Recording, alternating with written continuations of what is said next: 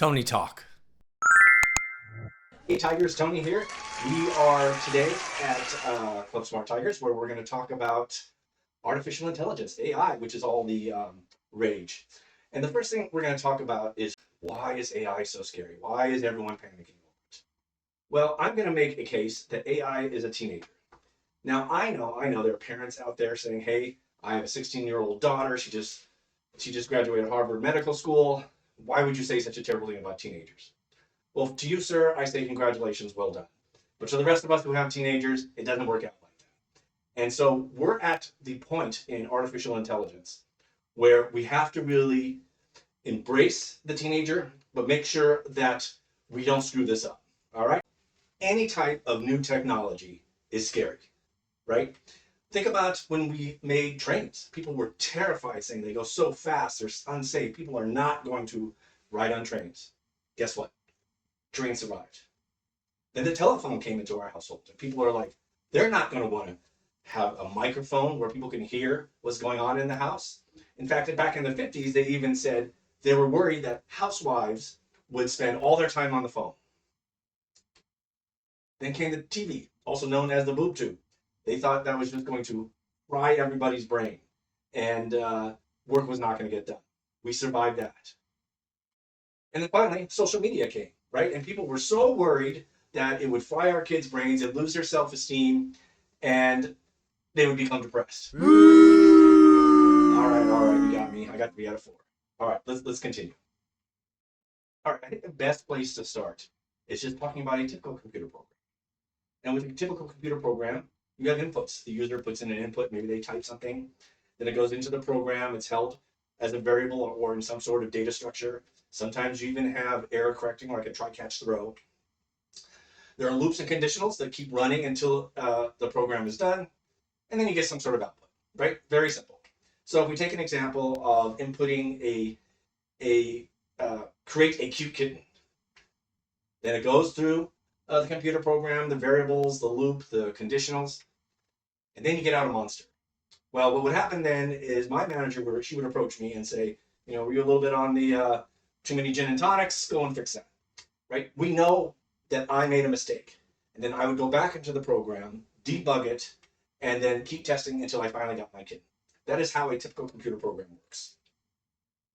Now let's jump to artificial intelligence, AI. You've heard all these $10 words like LLMs and all that stuff. But artificial intelligence is a new game, all right? So just like a computer program, we have an input and an output. But I'm going to change that a little bit. Instead of input, we're going to call it a prompt. Like you telling AI to create a cute kitten, right? And then what happens is there's this middle layer called the artificial neural networks, right? And each one of these is called nodes.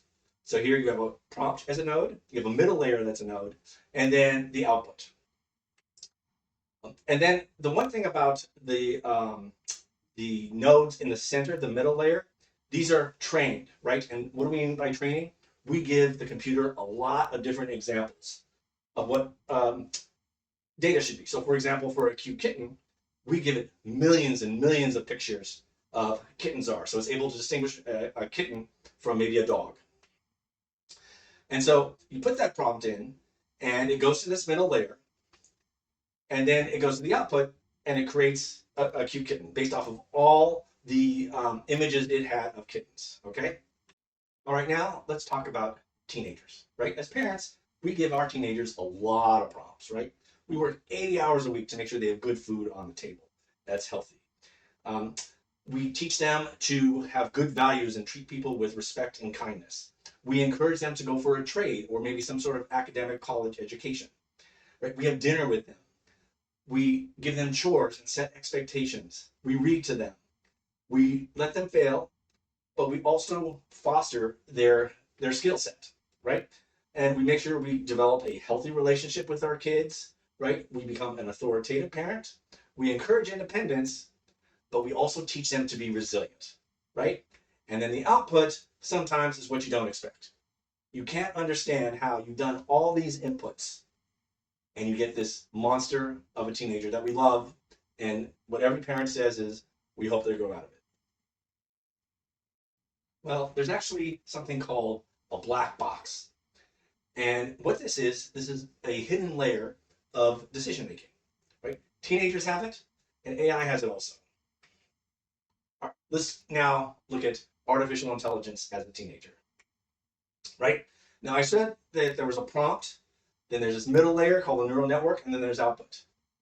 But the thing is, imagine you have millions and millions of prompts, and you have millions and millions of hidden layers, that black box.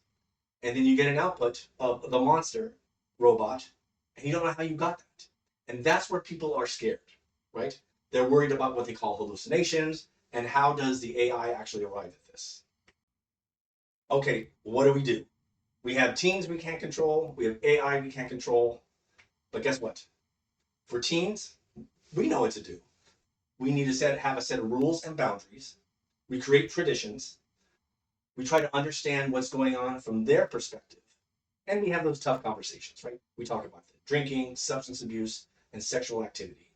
But guess what? It's no different for AI. We need to have a set of rules and boundaries. We need to create practices. We need to try to understand this black box and get the perspective of where the AI is coming from. And we also need to have those tough conversations, right? We need to talk about the dangers of privacy violations. We need to talk about misinformation or deepfakes. And something we're seeing a lot of is that in the data, there's some sort of bias and discrimination caused by bad data. And you see this actually in healthcare, right? We put prompts into AI, and they came out that African American women need less healthcare than white women. But the reality is the data is so skewed that actually white women tend to get more healthcare provided to them than African American women. All right, what do we have to do to have safe AI? Well, first of all, we're really addressing this black box issue by reviewing all the algorithms that are involved, and we're establishing controls. We're also making a lot of investments in bias detection, right? And we really want to make sure that we have robust cybersecurity measures. And then in the end, we want to make sure that we have comprehensive testing to address any of these potential issues. We're also using models that can be traced and monitored to really understand how AI is applied.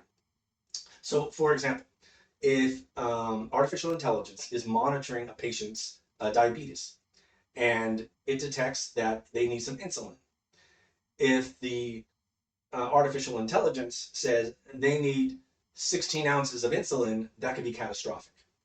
So what we do is we actually enter in prompts where we know the answer.